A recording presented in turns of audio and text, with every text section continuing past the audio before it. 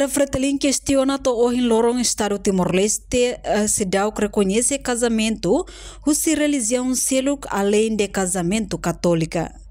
Deputada bancada Fretilin Nurima Ribeiro Alcatiri hato preocupação ne tambah casamento husi religião seluk hanesang musulmano ho cristão protestante nebe continua lahetang reconhecimento husi Estado Timor-Leste. Dificuldade nebe casal sira husi religião seluk enfrenta durante ne maka banhira atu lori uamba resisto e a escola. Fazem-se lá reconhecimento husi Estado e se cria dificuldade para cabenar se para com religião muçulmana, no religião protestante, não se nebe religião laia, a tu bela registra se de casamento, documento nebe necessário para voto para inclui para registro cidadão e a escola no seu local. Nebe uso ba Ministério da Justiça be o lugar de halo ela revisão tu bele for atualização ruma quando vai dar informação atualizada ruma para tu ter vai hira mas que problema ainda nem se bele resolve.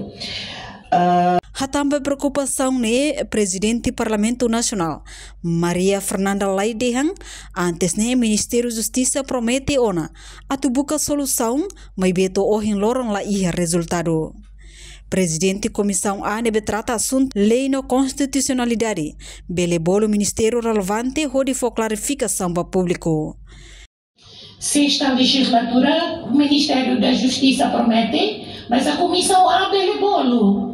Toda bem na lei, né? Também e a reforma da Justiça mosei ao selor e valida das bancadas para o daré. A tu forma fala Comissão nebe ita pospor para o daré baui ligado também com o Tribunal de Recurso nebe ita ia governo e intenção a tu hari.